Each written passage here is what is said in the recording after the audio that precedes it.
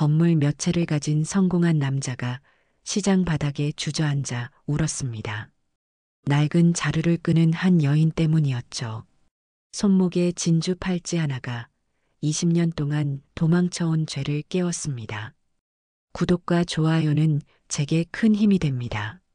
준호는 오늘도 책상 앞에 앉아 있었습니다. 손에 들린 건 낡은 액자 하나. 유리면엔 먼지가 살짝 내려앉아 있었지만 그 속 사진만큼은 여전히 선명했죠. 사진 속 여자는 햇살을 받으며 환하게 웃고 있었습니다. 그 미소는 세월이 흘러도 시간이 아무리 지나도 희미해지지 않았어요. 준호의 사무실은 서울 강남 한복판에 자리한 고급 건물 꼭대기층에 있었습니다. 통유리 너머로 보이는 도시의 야경은 화려했죠. 그가 소유한 건물만 해도 5채. 누가 봐도 성공한 사람이었습니다. 하지만 그의 얼굴엔 웃음이 없었어요. 아니, 웃을 수 없었다고 하는 게 맞겠네요. 이 미소를 내가 지워버렸구나. 준호는 사진 속 여자의 얼굴을 손가락 끝으로 천천히 쓸어내렸습니다. 그 여자의 이름은 영숙. 한때 그의 아내였던 사람이었죠. 25에 만나 28에 결혼했고 40이 채 되기 전에 헤어졌습니다. 그로부터 20년이 넘는 세월이 흘렀어요. 준호는 액자를 조심스럽게 책상 위에 내려놓고 창밖을 바라봤습니다. 저 멀리 재개발이 한창인 구역이 보였어요. 반짝이는 신축 아파트들 사이로 아직 철거되지 않은 낡은 건물들이 듬성듬성 남아 있었죠. 그곳은 한때 그와 영숙이 함께 살던 동네였습니다. 잊으려고 했어. 정말 잊으려고 애썼는데. 준호의 목소리가 텅 빈 사무실에 울렸습니다. 그는 천천히 눈을 감았어요. 그러자 오래된 기억들이 물밀듯 밀려왔습니다. 영숙이 웃던 모습, 영숙이 밥을 차려주던 모습, 영숙이 그의 손을 꼭 잡고 걷던 모습. 그 모든 게 너무나 생생했죠. 20년 전 준호는 작은 건설회사를 운영하고 있었습니다. 사업은 나쁘지 않았어요. 아니, 꽤 잘 나가는 편이었죠. 30이 갓 넘은 나이에 빚 없이 사업을 꾸려간다는 건 자랑할 만한 일이었으니까요. 영숙은 늘 그를 믿어줬습니다. 당신은 할 수 있어요. 당신이라면 뭐든지 잘할 거예요. 그 말이 준호에겐 큰 힘이었죠. 하지만 그때 외환위기가 터졌습니다. IMF. 그 세 글자가 모든 걸 바꿔놓았어요. 준호의 회사도 예외는 아니었습니다. 거래처들이 하나둘 부도를 내기 시작했고 준호의 회사도 곧 위험에 빠졌죠. 빚은 순식간에 불어났고 준호는 밤낮 없이 돈을 구하러 다녔습니다. 그때 영숙이 말했어요. 여보, 제 친정 땅이 있잖아요. 그걸 담보로 내놓으면 돼요. 준호는 고개를 저었습니다. 그럴 순 없어. 그건 당신 부모님이 당신한테 물려주신 거잖아. 하지만 영숙은 웃으며 대답했죠. 이 땅은 집이 아니라 당신이 살아야 할 자리예요. 당신이 살아야 저도 살 수 있어요. 결국 영숙의 친정 땅은 담보로 나갔습니다. 그 돈으로 준호는 회사를 살릴 수 있었어요. 하지만 준호의 마음속엔 무언가가 깨져버렸습니다. 자존심이었을까요? 아니면 자책감이었을까요? 그는 영숙을 볼 때마다 견딜 수 없는 무게를 느꼈죠. 내가 당신한테 기대어 살고 있구나. 그 생각이 준호를 짓눌렀습니다. 영숙은 여전히 밝게 웃으며 그를 응원했지만 준호는 그 미소조차 견딜 수 없었어요. 그는 점점 집에 들어가는 시간이 늦어졌고 영숙과 눈을 마주치는 것조차 피하기 시작했습니다. 그리고 어느 날 준호는 집을 나갔습니다. 아무 말도 없이, 한마디 설명도 없이. 영숙이 잠든 새벽에 짐을 챙겨 문을 나섰죠. 그때 준호는 생각했어요. 이게 최선이야. 내가 사라지면 저 사람도 편해질 거야. 하지만 그건 거짓말이었습니다. 준호 자신도 알고 있었죠. 그가 떠난 건 영숙을 위해서가 아니었어요. 자신의 비겁함을 감추기 위해서였습니다. 자신의 무능함을 인정하기 싫어서였죠. 준호는 다시 사진을 들어 올렸습니다. 사진 속 영숙은 여전히 웃고 있었어요. 그 미소가 준호의 가슴을 아프게 찔렀습니다. 잊으려 한 건 사랑이 아니라 죄였구나. 준호는 중얼거렸습니다. 그의 손끝이 떨렸어요. 20년이 넘는 세월 동안 그는 단 한 번도 영숙을 찾아가지 않았습니다. 소식조차 알려고 하지 않았죠. 그저 돈을 벌고 또 벌면서 성공이라는 이름으로 자신의 죄를 덮으려 했을 뿐이에요. 하지만 죄는 사라지지 않았습니다. 오히려 시간이 지날수록 더 무겁게 짓눌러 왔죠. 준호는 밤마다 꿈을 꿨어요. 영숙이 그를 부르는 꿈, 영숙이 우는 꿈, 영숙이 그의 손을 잡으려 하지만 닿지 않는 꿈. 영숙아 미안해. 준호의 눈에서 눈물 한 방울이 떨어졌습니다. 그 눈물은 사진 위 유리면에 작은 자국을 남겼어요. 준호는 서둘러 손등으로 눈물을 닦아냈습니다. 하지만 눈물은 계속 흘러내렸죠. 20년. 그 긴 세월 동안 준호는 단 한순간도 영숙을 잊은 적이 없었습니다. 아니, 잊을 수 없었어요. 그는 영숙에게서 도망쳤지만 결국 자기 자신에게서는 도망칠 수 없었던 거죠. 준호는 천천히 자리에서 일어났습니다. 창밖의 도시는 여전히 화려하게 빛나고 있었어요. 하지만 그 빛은 준호에게 닿지 않았습니다. 그는 그저 어둠 속에 홀로 서 있을 뿐이었죠. 며칠 뒤 준호는 자신이 소유한 건물 중 하나를 점검하러 나섰습니다. 그 건물은 재개발 구역 근처에 있었어요. 한때 그와 영숙이 살던 동네에서 그리 멀지 않은 곳이었죠. 준호는 일부러 그곳을 피해왔습니다. 20년 동안 단 한 번도 그 근처에 가본 적이 없었어요. 하지만 오늘은 달랐습니다. 건물 관리인이 급한 일이 있다며 직접 와달라고 했거든요. 준호는 마지못해 차에 올랐습니다. 운전기사가 운전대를 잡고 출발했죠. 차가 재개발 구역에 가까워지자 준호의 심장이 빠르게 뛰기 시작했습니다. 창밖으로 보이는 풍경이 낯설면서도 익숙했어요. 새로 지어진 빌딩들 사이로 옛날 골목길이 그대로 남아 있었습니다. 좁은 길, 낡은 간판, 그 모든 게 20년 전 그대로였죠. 여기서 세워주세요. 준호는 갑자기 말했습니다. 운전기사가 놀라 물었어요. 사장님, 아직 목적지까지 한참 남았는데요? 준호는 고개를 저었습니다. 괜찮아요. 걸어갈게요. 좀 걷고 싶어서요. 차에서 내린 준호는 천천히 골목길을 걸었습니다. 발걸음이 무겁게 느껴졌어요. 이 길을 마지막으로 걸었던 게 언제였을까요? 아마 영숙을 두고 떠나던 그날 새벽이었을 겁니다. 골목 입구에 있던 작은 구멍가게는 여전히 그 자리에 있었습니다. 주인 할머니도 그대로였어요. 준호는 잠시 멈춰서서 가게를 바라봤습니다. 영숙과 손을 잡고 이 가게에서 아이스크림을 사 먹던 기억이 떠올랐죠. 손님, 뭐 찾으세요? 할머니가 물었습니다.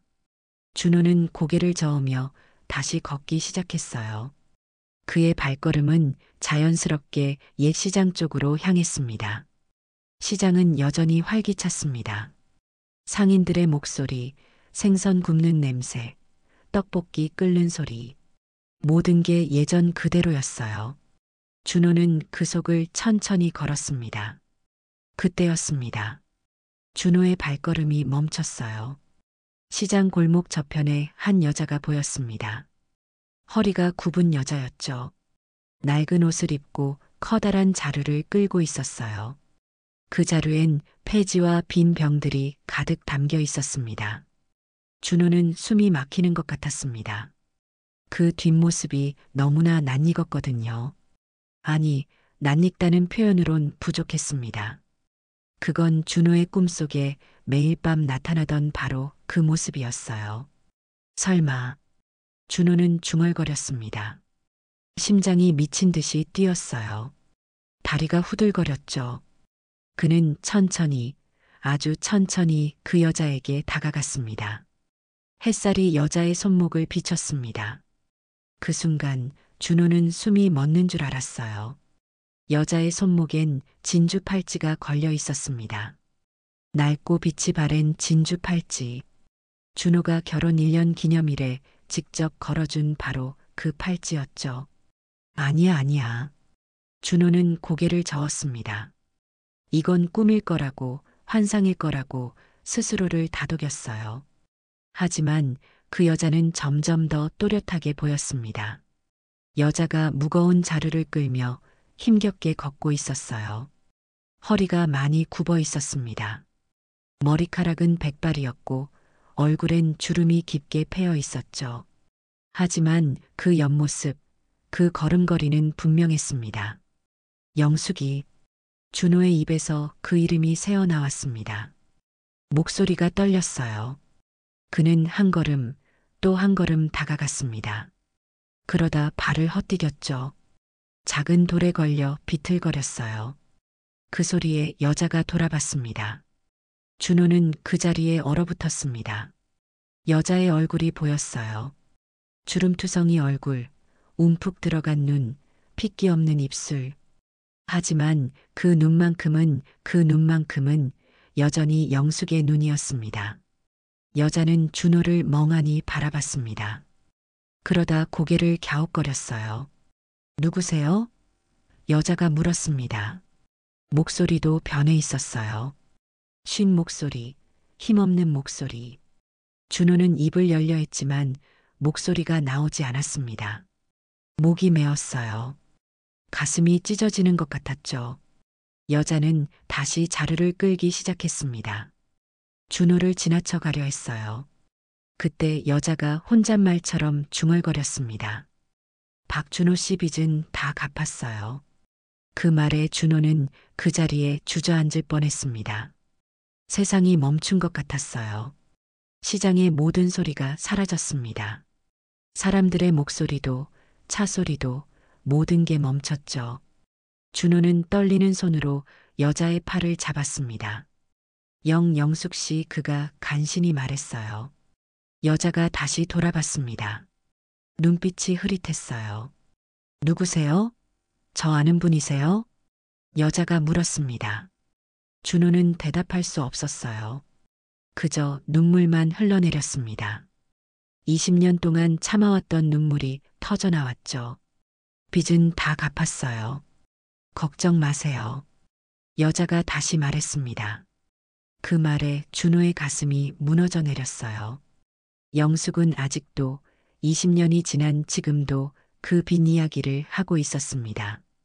준호 때문에 담보로 잡혔던 그 땅, 그 빚을. 영수가 나야 준호야. 준호가 떨리는 목소리로 말했습니다. 하지만 영숙은 고개를 갸웃거릴 뿐이었어요. 기억하지 못하는 것 같았죠. 아니, 기억하고 싶지 않은 걸까요? 영숙은 조심스럽게 준호의 손을 뿌리쳤습니다. 죄송해요. 전 급해서요. 그렇게 말하고는 다시 자루를 끌며 걸어갔어요. 준호는 그 뒷모습을 멍하니 바라봤습니다. 영숙이 점점 멀어져 갔어요. 구부정한 등, 힘겹게 끄는 자루, 그리고 햇살에 반짝이는 진주 팔찌. 미안해, 미안해. 준호는 그 자리에 무릎을 꿇었습니다. 시장 바닥에 주저앉아 소리 없이 울었어요. 지나가는 사람들이 이상하게 쳐다봤지만 준호는 신경 쓸 수 없었습니다.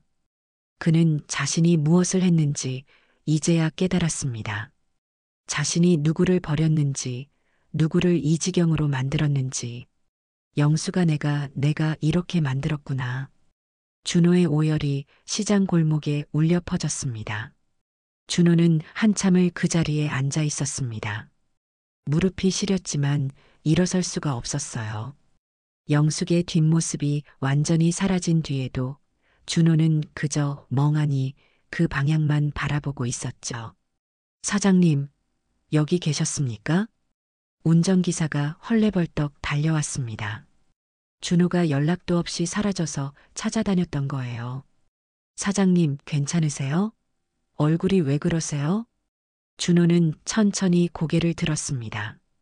저 여자 방금 지나간 저 여자 봤어? 운전기사는 두리번거렸어요. 누구 말씀이세요? 폐지 줍는 허리 굽은 여자. 운전기사는 고개를 저었습니다. 이 동네엔 그런 분들이 많아서요. 누구를 말씀하시는지 준호는 더 이상 묻지 않았어요. 대신 떨리는 목소리로 말했습니다. 저 여자 뒤를 따라가요. 어디 사는지 알아봐야 해요. 다음 날 준호는 일찍 시장에 나왔습니다. 어제 영숙을 본 바로 그 자리였어요. 준호는 구석 벤치에 앉아 주변을 살폈습니다. 1시간, 2시간이 지났죠. 해가 중천에 떴을 때 영숙이 나타났습니다. 여전히 그 낡은 자루를 끌고 있었어요. 준호는 조심스럽게 뒤를 따라갔습니다. 영숙은 쓰레기통마다 멈춰서서 폐지를 주었어요. 빈 병을 모았고 캔을 챙겼죠. 허리가 아픈지 자주 멈춰 섰습니다. 준호의 가슴이 찢어지는 것 같았어요. 저게 영숙이라니.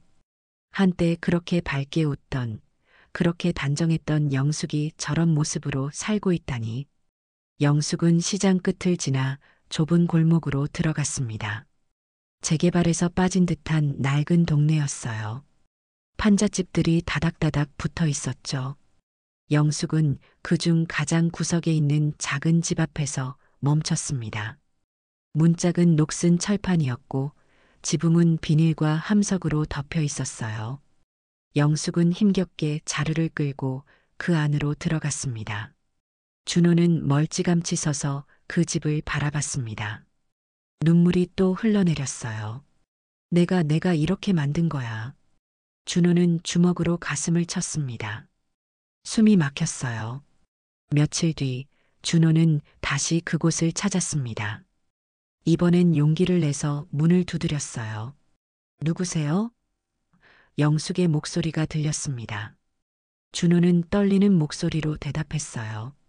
저 지난번에 시장에서 뵀던 사람입니다. 문이 삐걱거리며 열렸습니다. 영숙이 고개를 내밀었어요. 무슨 일이세요? 준호는 준비해온 말을 꺼냈습니다. 이 동네 재개발 관련해서 조사를 나왔습니다. 잠깐 여쭤볼 게 있어서요. 영숙은 잠시 망설이다 문을 열어줬습니다. 들어오세요.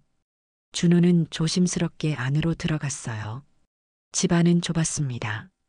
아니, 좁다는 말로는 부족했어요. 작은 방 하나가 전부였죠. 구석엔 낡은 이불이 개켜져 있었고 벽엔 금이 가 있었습니다. 준호의 시선이 벽 한쪽에 멈췄습니다. 거기 오래된 사진 한 장이 붙어 있었어요. 흐릿하게 바랜 사진. 젊은 남자와 여자가 아기를 안고 웃고 있는 사진이었습니다. 준호는 숨이 멎는 줄 알았어요. 그 사진 속 남자는 바로 자신이었습니다. 그리고 여자는 젊은 시절의 영숙. 그들이 안고 있는 아기는 딸 서진이었죠. 물들일까요? 영숙의 목소리에 준호는 황급히 고개를 돌렸습니다. 아, 아닙니다. 괜찮습니다. 준호는 숨을 고르며 조용히 물었어요. 혼자 사세요? 네. 혼자 살아요. 영숙이 답했습니다. 목소리엔 감정이 없었어요. 가족은 없으세요? 준호가 다시 물었습니다. 목소리가 떨렸죠. 영숙은 잠시 멍하니 벽의 사진을 바라봤습니다. 있었어요. 옛날엔. 그리고는 고개를 저었어요. 지금은 잘 기억이 안 나요.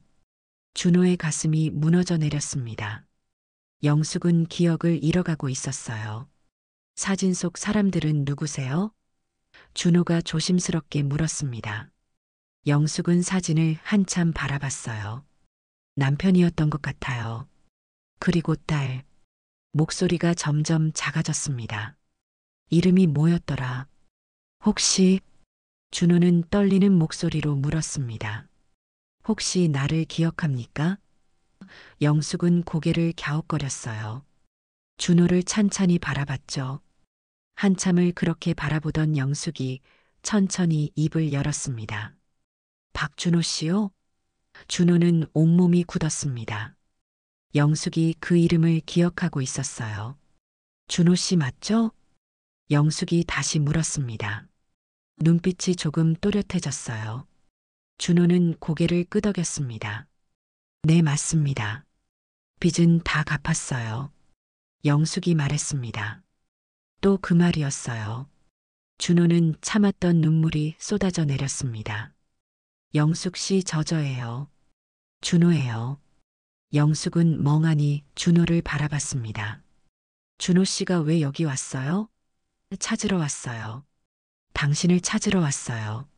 영숙은 천천히 고개를 저었어요. 전 괜찮아요.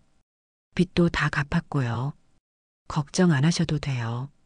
그 말에 준호는 무릎을 꿇었습니다. 미안해요. 정말 미안해요. 영숙은 당황한 듯 준호를 바라봤어요. 왜 그러세요? 내가 당신을 이렇게 만들었어요. 내가 당신을 버렸어요. 영숙은 잠시 생각에 잠긴 듯 했습니다. 그러다 작게 웃었어요. 괜찮아요. 다 옛날 일이에요. 전 이제 잘 기억도 안 나요. 그 말이 준호의 가슴을 더 깊이 찔렀습니다. 영숙은 모든 걸 잊어가고 있었어요. 하지만 그 이름 하나만은, 박준호라는 이름 하나만은 또렷하게 기억하고 있었죠. 그리고 여전히 그 빈 이야기를 하고 있었습니다. 20년이 지난 지금까지도. 영숙 씨. 준호는 떨리는 손으로 영숙의 손을 잡았습니다. 그 손은 너무나 거칠었어요. 굳은 살이 박혀 있었고 주름이 깊게 패여 있었죠. 그 손목엔 여전히 진주 팔찌가 걸려 있었습니다. 이 팔찌 아직도 차고 계시네요. 준호가 말했습니다. 영숙은 손목을 내려다봤어요. 이게 뭐였더라 하지만 벗으려 하진 않았습니다. 마치 그게 자신의 일부인 것처럼. 준호는 영숙의 손을 꼭 쥐었습니다. 제가 책임질게요. 이제 제가 당신을 돌볼게요. 영숙은 고개를 저었어요. 괜찮아요. 전 혼자서도 잘 살아요. 그렇게 말하는 영숙의 눈에서 눈물 한 방울이 떨어졌습니다. 그제야 준호는 알았습니다. 영숙도 기억하고 있었어요. 희미하게나마, 흐릿하게나마. 그 모든 아픔을, 그 모든 사랑을. 준호는 그날 이후 매일 영숙을 찾아갔습니다. 처음엔 영숙이 경계했어요. 낯선 남자가 자꾸 찾아오니 불안했던 거죠. 하지만 준호는 포기하지 않았습니다. 매일 같은 시간에 찾아가 조용히 앉아 있었어요. 오늘은 날씨가 좋네요. 준호는 말을 걸었습니다. 영숙은 대답하지 않았어요. 그저 폐지를 정리하며 준호를 힐끗힐끗 쳐다볼 뿐이었죠. 제가 밥이라도 사드릴까요? 준호가 조심스럽게 물었습니다. 영숙은 고개를 저었어요. 괜찮아요. 전 배고프지 않아요. 하지만 영숙의 뱃속에서 꼬르륵 소리가 났습니다. 준호는 가슴이 아팠어요. 자존심 때문에 밥도 제대로 먹지 못하는 영숙을 보니 견딜 수가 없었죠. 그럼 제가 먹을 건데 같이 드실래요? 혼자 먹기 뭐해서요. 영숙은 잠시 망설이다 고개를 끄덕였습니다. 두 사람은 시장 구석 작은 국밥집에 앉았어요. 준호는 국밥 2그릇을 시켰습니다. 영숙은 국밥을 보자 눈물을 글썽였어요. 이거 준호 씨가 좋아하던 거예요. 영숙이 중얼거렸습니다. 준호는 숨이 멎는 줄 알았어요. 기억하세요? 준호가 떨리는 목소리로 물었습니다. 영숙은 고개를 갸웃거렸어요. 잘 모르겠어요. 그냥 그런 것 같아서요. 영숙은 국밥을 한 숟가락 떠서 입에 넣었습니다. 그러곤 천천히 눈물을 흘렸어요. 맛있네요. 옛날에도 이렇게 맛있었던 것 같아요. 준호는 숟가락을 들 수가 없었습니다. 그저 영숙이 밥을 먹는 모습만 바라봤어요. 영숙의 손이 떨리고 있었습니다. 국밥을 흘릴까봐 조심조심 떠먹었죠. 며칠이 지나자 영숙도 준호에게 조금씩 마음을 열기 시작했습니다. 준호가 찾아오면 차라도 내주었어요. 물론 제대로 된 차는 아니었습니다. 보리차를 끓인 것이었죠. 준호 씨는 왜 자꾸 저한테 오세요? 어느 날 영숙이 물었습니다. 준호는 잠시 망설였어요. 그냥 영숙 씨가 혼자 계신 것 같아서요. 외로울 것 같아서요. 영숙은 창밖을 바라봤습니다. 외롭진 않아요. 익숙해졌어요. 그 말이 준호의 가슴을 찔렀습니다. 영숙은 외로움마저 익숙해져 버린 거예요. 빈 이야기 좀 해도 될까요? 준호가 조심스럽게 물었습니다. 영숙의 얼굴이 굳어졌어요. 무슨 빈말이에요? 영숙 씨가 자꾸 빚을 갚았다고 하시잖아요. 영숙은 한참을 생각하더니 천천히 말했습니다. 친정 땅이 있었어요. 그걸 담보로 내놨죠. 준호 씨 회사 때문에. 영숙의 목소리가 떨렸어요. 그 땅이 어떻게 됐는지 아세요? 준호가 물었습니다. 영숙은 고개를 저었어요. 몰라요. 그냥 없어졌어요. 다 빚으로 날아갔을 거예요. 준호는 주먹을 꽉 쥐었습니다. 영숙은 몰랐어요. 그 땅이 어떻게 됐는지, 그 땅 위에 무엇이 세워졌는지. 영숙 씨, 준호는 떨리는 목소리로 말했습니다. 그 땅 개발됐어요. 거기 건물이 지어졌고요. 영숙은 눈을 크게 떴어요. 정말요? 그럼 빚을 갚을 수 있을까요? 준호는 눈물을 참으며 말했습니다. 이미 갚았어요. 그 건물로 빚은 다 갚아졌어요. 영숙은 안도의 표정을 지었어요. 다행이네요. 준호 씨가 고생 안 하셨으면 좋겠어요.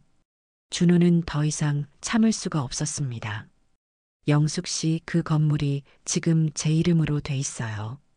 영숙은 멍하니 준호를 바라봤어요. 이해하지 못하는 표정이었죠. 영숙 씨가 담보로 내놓은 그 땅. 그게 개발돼서 건물이 됐고 그 건물이 지금 제 이름으로 등기돼 있어요. 준호는 천천히 설명했습니다. 영숙은 여전히 이해하지 못하는 듯 했어요. 그게 무슨 말이에요? 그 땅은 원래 영숙 씨 거였어요. 영숙 씨 부모님이 물려주신 거였죠. 그걸 제가 제 회사 살리려고 담보로 잡았어요. 그리고 제가 떠났을 때 그 땅은 결국 경매로 넘어갔어요. 준호의 목소리가 점점 작아졌습니다. 저는 나중에 그 땅을 다시 샀어요. 개발되기 전에. 그리고 거기 건물을 지었죠. 그게 지금 제 재산의 시작이었어요. 영숙은 떨리는 손으로 가슴을 움켜쥐었습니다. 그럼 그 땅이네. 영숙 씨 땅이 지금 제 건물이 된 거예요. 영숙은 천천히 고개를 저었어요. 아니에요. 그건 준호 씨 거예요. 제가 드린 거예요. 영숙이 말했습니다. 당신이 살아야 제가 살 수 있다고 했잖아요. 준호는 그 말을 기억했습니다. 영숙이 담보 서류에 도장을 찍으며 했던 그 말.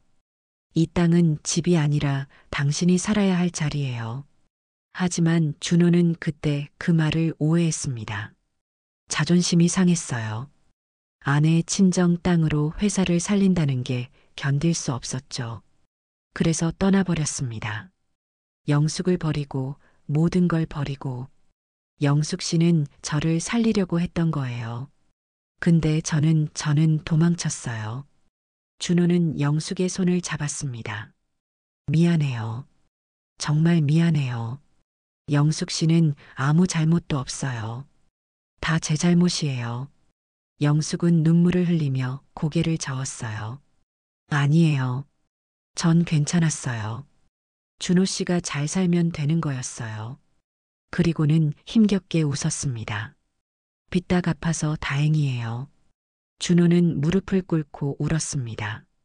영숙은 여전히 자신이 빚을 진 사람이라고 생각하고 있었어요.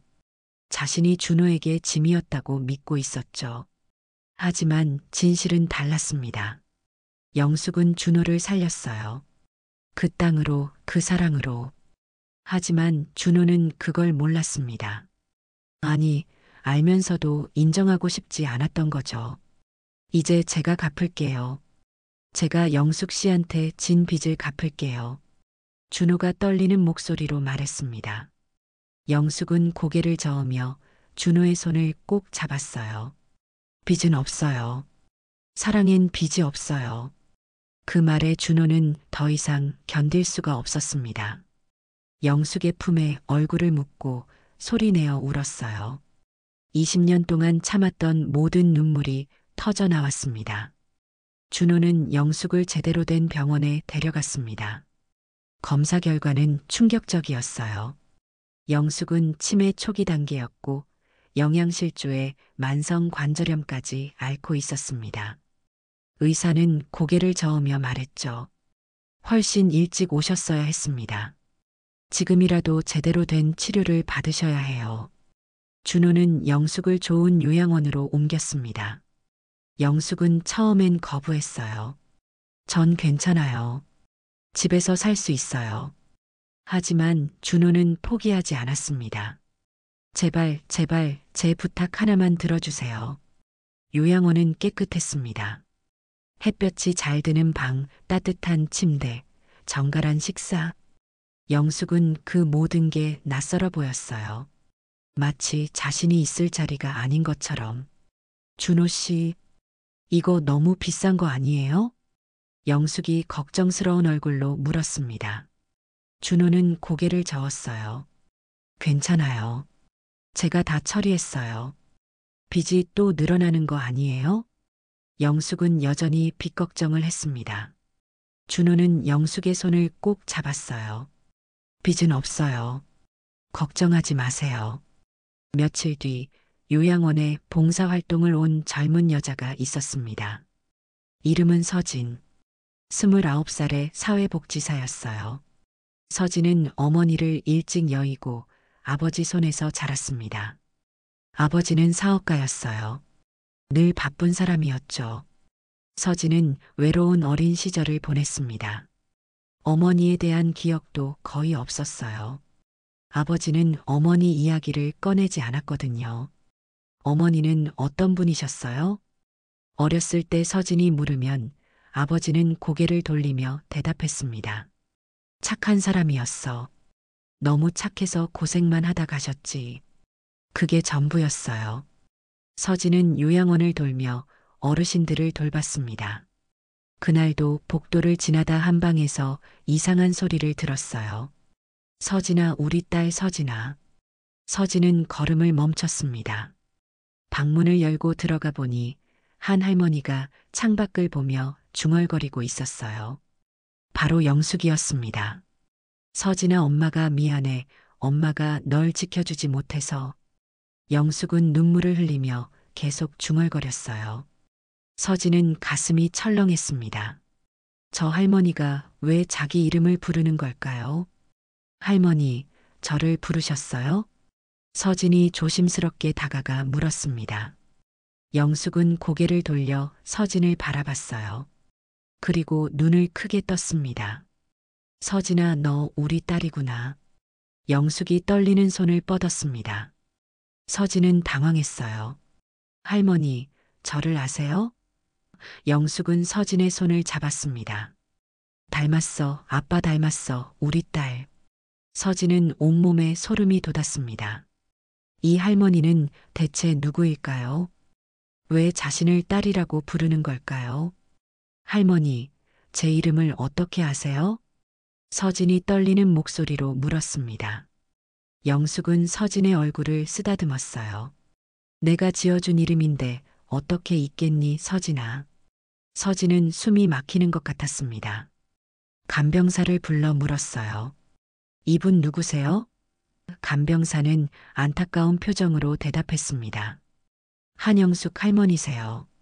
치매가 있으셔서 자주 착각하세요. 하루 종일 서진이라는 이름만 부르세요. 서진은 그 자리에 주저앉았습니다. 한영숙, 그 이름이 낯설지 않았어요. 어디서 들어본 것 같았죠. 집으로 돌아온 서진은 아버지 방을 뒤졌습니다. 오래된 서랍장을 열었어요. 그 안에 낡은 가족관계 증명서가 있었습니다. 서진은 떨리는 손으로 그 서류를 펼쳤어요. 거기엔 어머니 이름이 적혀 있었습니다. 한영숙. 안 돼, 안 돼. 서진은 고개를 저었습니다. 하지만 서류는 거짓말을 하지 않았어요. 한영숙은 서진의 어머니였습니다. 서진은 아버지를 찾아갔습니다. 준호는 서재에서 서류를 보고 있었어요. 아빠. 서진이 소리쳤습니다. 준호는 놀라 고개를 들었어요. 무슨 일이니? 어머니가 살아계세요. 서진의 목소리가 떨렸습니다. 준호는 얼굴이 하얗게 질렸어요. 무슨 소리를 하는 거니? 요양원에 계세요. 제가 봤어요. 한영숙 할머니. 그분이 어머니 맞죠? 서진은 눈물을 흘리며 소리쳤습니다. 준호는 아무 말도 할 수 없었어요. 그저 고개를 떨구었을 뿐이죠. 왜 아무 말도 안 했어요? 어머니가 돌아가셨다고 했잖아요. 서진은 주저앉아 울었습니다. 준호는 천천히 서진에게 다가갔어요. 미안하다, 정말 미안하다. 미안하다고요? 그게 끝이에요? 서진은 아버지를 노려봤습니다. 어머니는 판잣집에서 폐지를 주우며 살았대요. 치매에 걸려서 기억도 잃어가고 있고요. 그동안 아빠는 뭐 했어요? 준호는 대답할 수 없었습니다. 살고 싶었어. 준호가 힘겹게 말했어요. 그땐 그게 최선인 줄 알았어. 최선이요? 서진은 비웃었습니다. 어머니를 버리고 도망치는 게 최선이었다고요? 준호는 무릎을 꿇었어요. 미안하다, 아빠가 잘못했어. 서진은 아버지를 보며 눈물을 흘렸습니다. 저 어머니 만나고 싶어요. 제대로 인사하고 싶어요. 준호는 고개를 끄덕였어요. 그래, 만나야지, 만나야 해. 다음 날 서진은 요양원으로 달려갔습니다. 영숙의 방문을 열었어요. 영숙은 창가에 앉아 있었습니다. 할머니. 서진이 조심스럽게 불렀습니다. 영숙이 고개를 돌렸어요. 그리고 환하게 웃었습니다. 서진아 왔구나. 서진은 영숙에게 달려가 안겼습니다. 어머니, 어머니. 영숙은 서진의 등을 토닥였어요. 많이 컸구나, 우리 딸. 두 사람은 한참을 그렇게 안고 울었습니다. 20년 만의 재회였어요. 서진은 어머니의 품에서 울면서 생각했습니다. 이 따뜻함을 왜 이제야 느끼는 걸까? 그날 밤 준호는 서재에 홀로 앉아 있었습니다. 책상 위엔 수많은 서류들이 펼쳐져 있었어요. 건물 등기부등본, 토지대장, 소유권 증서, 준호의 모든 재산 목록이었죠. 준호는 떨리는 손으로 서류를 하나씩 넘겼습니다. 그중 가장 오래된 서류를 꺼냈어요. 재개발 구역 건물의 등기 서류였습니다. 바로 영숙의 친정 땅 위에 세워진 건물이었죠. 이건 원래 그 사람의 것이었지. 준호는 중얼거렸습니다. 손으로 서류를 천천히 쓸어내렸어요. 이 건물이 지금 준호 재산의 근간이었습니다. 이 건물에서 벌어들인 수익으로 다른 건물들을 샀고 사업을 확장했죠. 모든 게 영숙의 땅에서 시작된 거예요. 준호는 전화기를 들었습니다. 변호사에게 전화를 걸었어요. 여보세요, 박 사장님. 변호사의 목소리가 들렸습니다. 내일 사무실로 와주시겠습니까? 중요한 일이 있어서요. 준호가 말했습니다. 무슨 일이신데요? 재산 정리를 해야 할 것 같습니다. 다음 날 아침 변호사가 준호의 사무실로 찾아왔습니다. 준호는 서류 뭉치를 건네며 말했어요. 이 건물들을 모두 한영숙 명의로 이전하고 싶습니다. 변호사는 눈이 휘둥그레졌습니다. 네, 무슨 말씀이세요? 제 건물 5채 중 3채를 한영숙 명의로 바꾸려고 합니다. 변호사는 어이가 없다는 표정을 지었어요. 사장님, 정신 차리세요. 그 한영숙이란 분이 누구신데요? 제 전처입니다. 준호가 조용히 대답했습니다. 변호사는 고개를 저었어요. 전처분이라고요? 더 안 되죠. 이혼하신 분한테 왜 재산을 넘기시려는 겁니까? 원래 그 사람 거였으니까요. 준호의 목소리는 담담했습니다. 그분 친정 땅이 개발돼서 이 건물들이 된 겁니다. 제 돈으로 산 게 아니에요. 변호사는 한참을 서류를 들여다봤습니다. 그렇다 해도요, 사장님. 법적으로 이미 사장님 소유입니다. 굳이 돌려드릴 필요가 없어요. 필요 없는 게 아니라 해야 하는 겁니다. 준호는 단호하게 말했어요. 게다가 그분은 치매 환자입니다. 기억도 제대로 못하세요.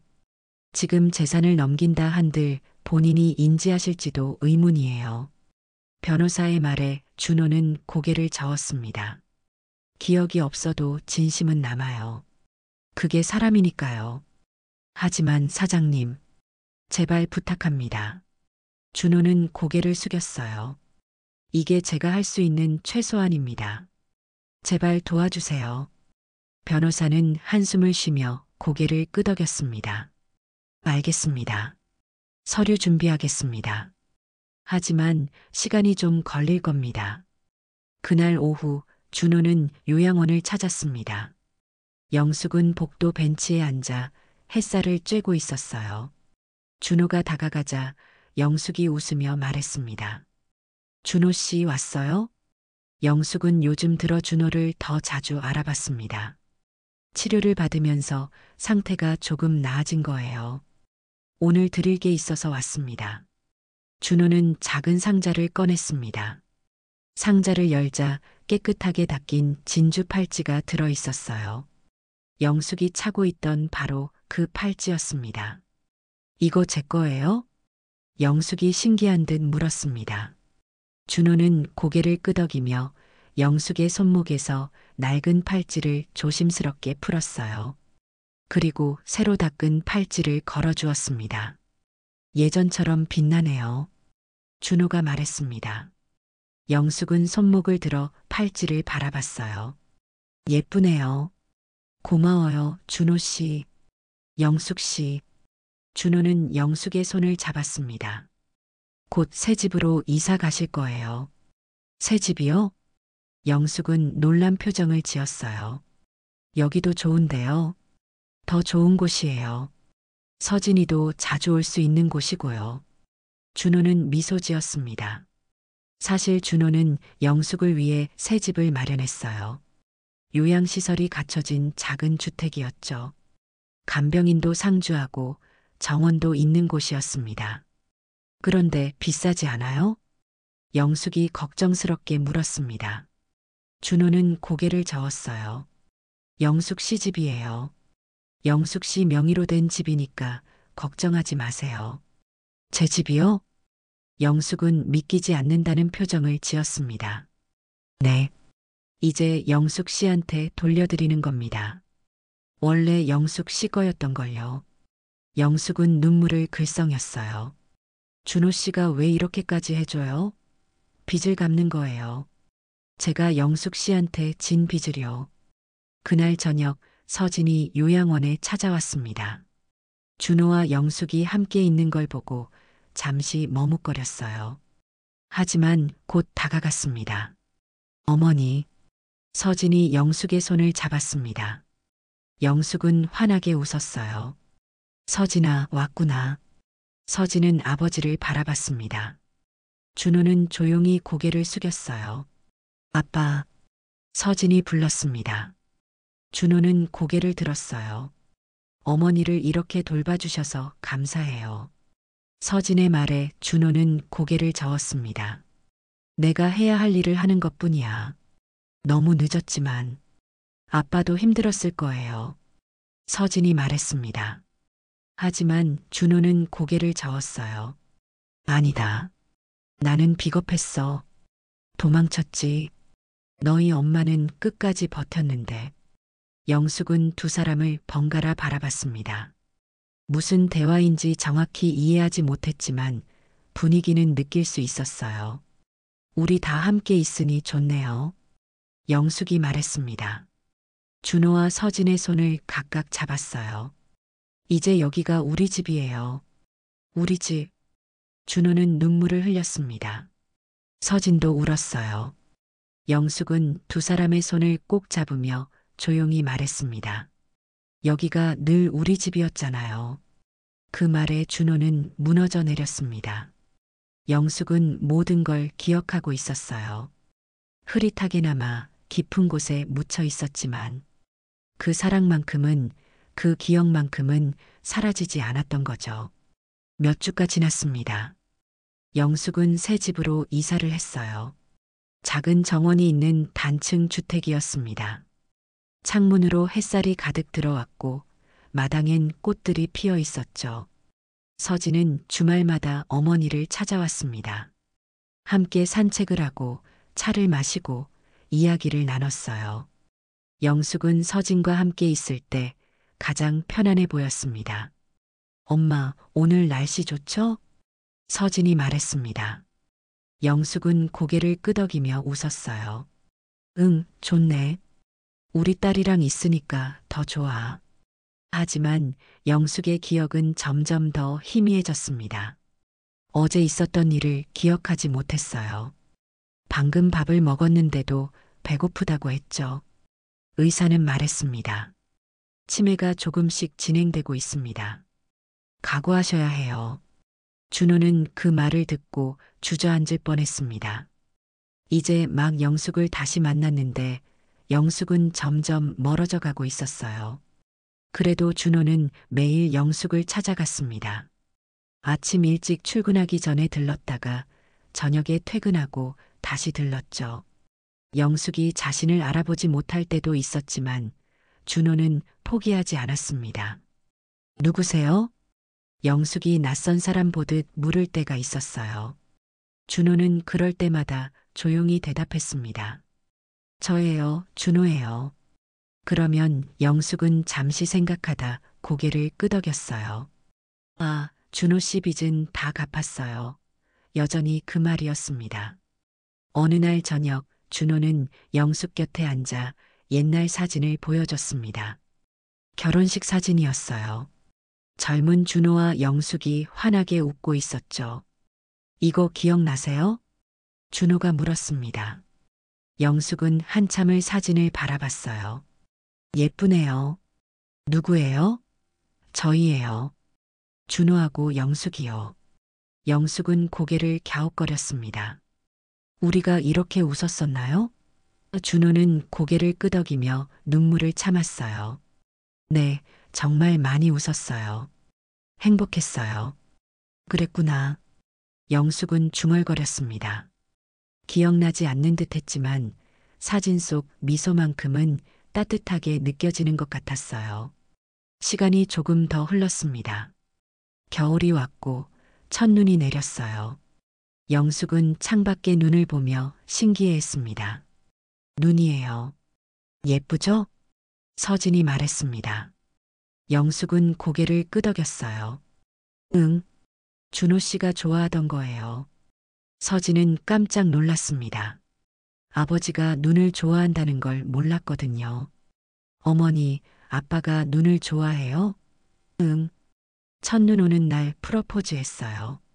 영숙이 말했습니다. 희미한 미소가 얼굴에 떠올랐어요. 서진은 눈물이 났습니다. 어머니는 모든 걸 잊어가고 있지만 그 소중한 순간만큼은 아직 기억하고 있었어요. 그날 밤 준호가 찾아왔습니다. 눈이 많이 내려서 옷이 젖어 있었어요. 영숙은 준호를 보더니 황급히 수건을 가져왔습니다. 감기 걸려요. 빨리 닦아요. 영숙이 준호의 어깨를 닦아줬습니다. 준호는 그 손길에 눈물이 났어요. 영숙은 자신도 모르게 준호를 돌보고 있었습니다. 영숙아. 준호가 조용히 불렀습니다. 영숙이 고개를 들었어요.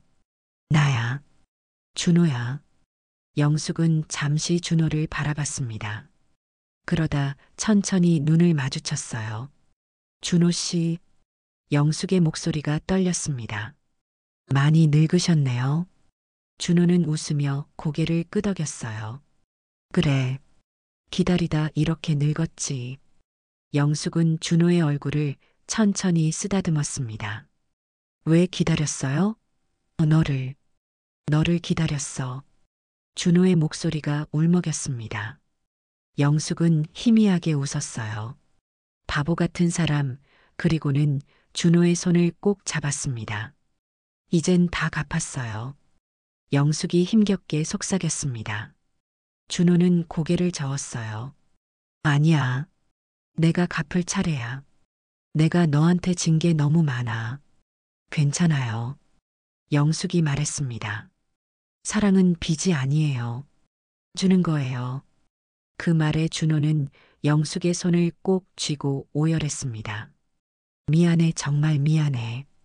준호는 계속 사과했어요. 영숙은 준호의 등을 토닥이며 조용히 말했습니다.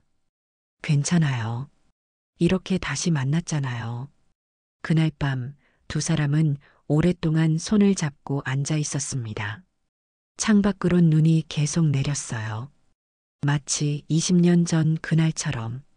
며칠 뒤 영숙의 상태가 급격히 나빠졌습니다. 갑자기 고열이 나고 의식이 흐려졌어요. 병원으로 옮겨졌지만 의사는 고개를 저었습니다. 몸이 너무 약해져 있습니다. 각오하셔야 할 것 같습니다. 준호는 영숙의 침대 옆을 떠나지 않았습니다. 서진도 매일 병원에 왔어요. 두 사람은 영숙의 손을 잡고 지켰습니다. 영숙은 가끔 눈을 떴습니다. 준호를 보면 희미하게 웃었어요. 준호 씨 왔어요. 응, 내가 여기 있어. 준호는 영숙의 손을 꼭 쥐었습니다. 어디도 안 가. 계속 여기 있을게. 영숙은 고개를 끄덕였어요. 고마워요. 기다려줘서 미안해. 내가 늦었어. 아니에요.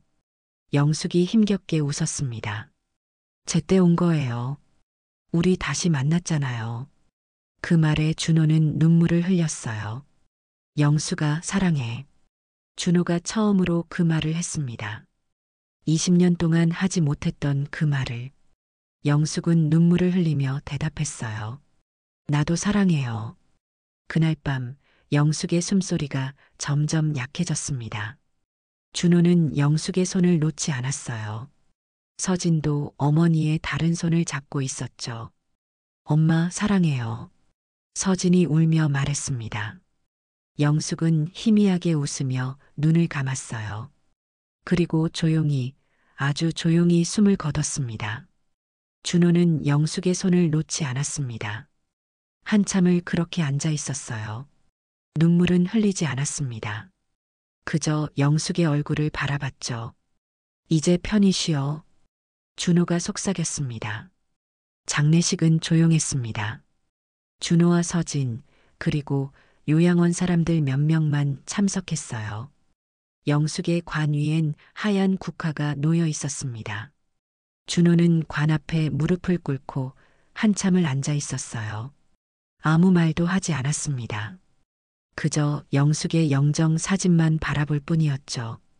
사진 속 영숙은 환하게 웃고 있었습니다. 아빠.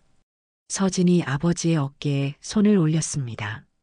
이제 들어가셔야 해요. 준호는 고개를 저었어요. 조금만 더 있게 해줘. 서진은 눈물을 흘리며 아버지 곁에 앉았습니다. 두 사람은 한참을 그렇게 영숙 곁에 앉아 있었어요. 장례를 치른 뒤 준호는 영숙의 유품을 정리했습니다. 많지 않았어요. 낡은 옷 몇 벌, 오래된 사진 몇 장, 그리고 침대 머리맡에 놓여있던 진주 팔찌 하나. 준호는 그 팔찌를 손에 들었습니다. 깨끗하게 닦였지만 여전히 세월의 흔적이 남아 있었어요. 준호는 팔찌를 가슴에 꼭 안았습니다. 영수가 고마웠어. 끝까지 날 기억해줘서. 준호는 그 자리에 주저앉아 울었어요. 20년 동안 참아왔던 모든 것들이 터져 나왔습니다. 후회도, 그리움도, 사랑도 모두. 며칠 뒤, 준호는 재개발 구역의 건물을 찾아갔습니다. 영숙의 친정, 땅 위에 세워진 바로 그 건물이었어요. 준호는 건물 앞에 서서 한참을 올려다봤습니다. 이제 제대로 된 이름을 달아줘야지. 준호는 건물주에게 연락했습니다. 그리고 건물의 용도를 바꾸기로 했어요. 임대 건물이 아닌 치매 환자들을 위한 돌봄센터로 만들기로 한 거죠. 공사가 시작됐습니다. 건물 내부를 전부 뜯어 고쳤어요. 요양시설을 갖추고 정원을 만들고 치료실을 마련했습니다.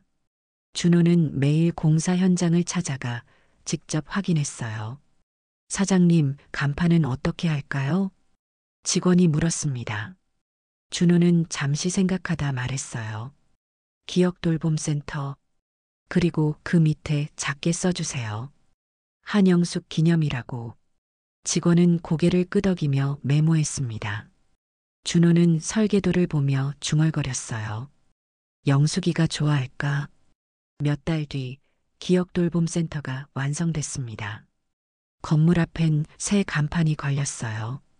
기억돌봄센터 한영숙 기념이라는 글씨가 햇살에 반짝였습니다. 개소식 날 많은 사람들이 찾아왔습니다. 지역 주민들, 관계자들, 그리고 치매 환자 가족들. 준호는 단상에 올라 떨리는 목소리로 말했어요. 이 건물은 특별한 의미가 있습니다. 준호는 잠시 말을 멈췄습니다. 눈물이 차올랐지만 참았어요. 이 땅은 원래 제 아내의 것이었습니다. 아내는 제가 어려울 때 이 땅을 담보로 내놓았어요. 저를 살리기 위해서였죠. 사람들이 조용히 준호의 말을 들었습니다. 하지만 저는 그 사랑을 몰랐습니다. 자존심 때문에 도망쳤어요. 그리고 20년 뒤에 다시 만났을 때 아내는 폐지를 주우며 살고 있었습니다. 준호의 목소리가 떨렸어요. 젊을 땐 몰랐습니다. 누가 내 삶을 지켜줬는지, 누가 내 이름을 기억해줬는지. 아내는 치매에 걸려 모든 걸 잊어갔지만 제 이름만큼은 끝까지 기억했습니다. 청중들 사이에서 훌쩍이는 소리가 들렸습니다. 그래서 이 센터를 만들었습니다. 기억을 잃어가는 분들이 그래도 사랑하는 사람의 이름만큼은 기억할 수 있도록, 그리고 가족들이 후회 없이 사랑을 표현할 수 있도록. 준호는 고개를 숙였어요. 늦었지만 이게 제가 할 수 있는 전부입니다. 아내에게 빚진 것을 조금이라도 갚는 거죠. 박수가 터져 나왔습니다. 준호는 단상에서 내려와 건물 앞에 섰어요. 서진이 다가와 아버지의 손을 잡았습니다. 엄마가 좋아하실 거예요. 서진이 말했습니다. 준호는 고개를 끄덕였어요. 그랬으면 좋겠구나. 그날 오후 준호는 혼자 시장 골목을 걸었습니다. 영숙이 폐지를 주었던 바로 그 골목이었어요. 골목 구석에 낡은 자루 하나가 바람에 흔들리고 있었습니다. 준호는 그 자루를 바라보며 멈춰 섰습니다. 햇빛이 자루를 비췄어요. 그 순간 손목에 진주 팔찌가 반짝이는 것 같았습니다. 영수가. 준호는 하늘을 올려다봤습니다. 구름 사이로 햇살이 쏟아졌어요. 따뜻한 빛이 준호를 감싸 안았습니다. 이제 빚 다 갚았어. 준호는 주머니에서 진주 팔찌를 꺼냈습니다. 영숙이 마지막까지 차고 있던 바로 그 팔찌였어요. 준호는 팔찌를 꼭 쥐었습니다. 당신이 날 살려줬어. 그 땅으로, 그 사랑으로. 이제 내가 다른 사람들을 살리는 거야. 당신의 이름으로. 바람이 불었습니다. 따뜻한 바람이 준호의 뺨을 스쳤어요. 마치 영숙이 쓰다듬는 것 같았습니다. 준호는 천천히 걷기 시작했습니다. 골목을 나와 큰 길로 향했어요. 뒤돌아보니 기억돌봄센터 간판이 햇살에 빛나고 있었습니다. 기억돌봄센터 한영숙 기념. 준호는 마지막으로 한 번 더 하늘을 올려다봤습니다. 영수가 사랑했어. 그리고 고마웠어. 바람이 다시 불었습니다. 낙엽이 춤추듯 날아올랐어요.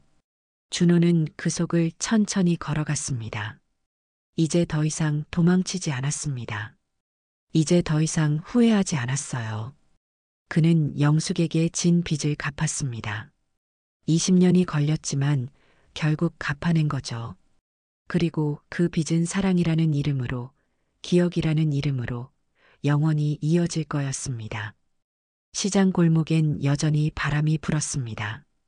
그 바람 속에 영숙의 미소가, 영숙의 목소리가, 영숙의 사랑이 남아 있었어요. 빚은 다 갚았어요. 영숙의 목소리가 바람에 실려 들리는 것 같았습니다. 준호는 눈물을 흘리며 고개를 끄덕였어요. 그래, 이제 다 갚았어. 우리 둘 다. 감사합니다.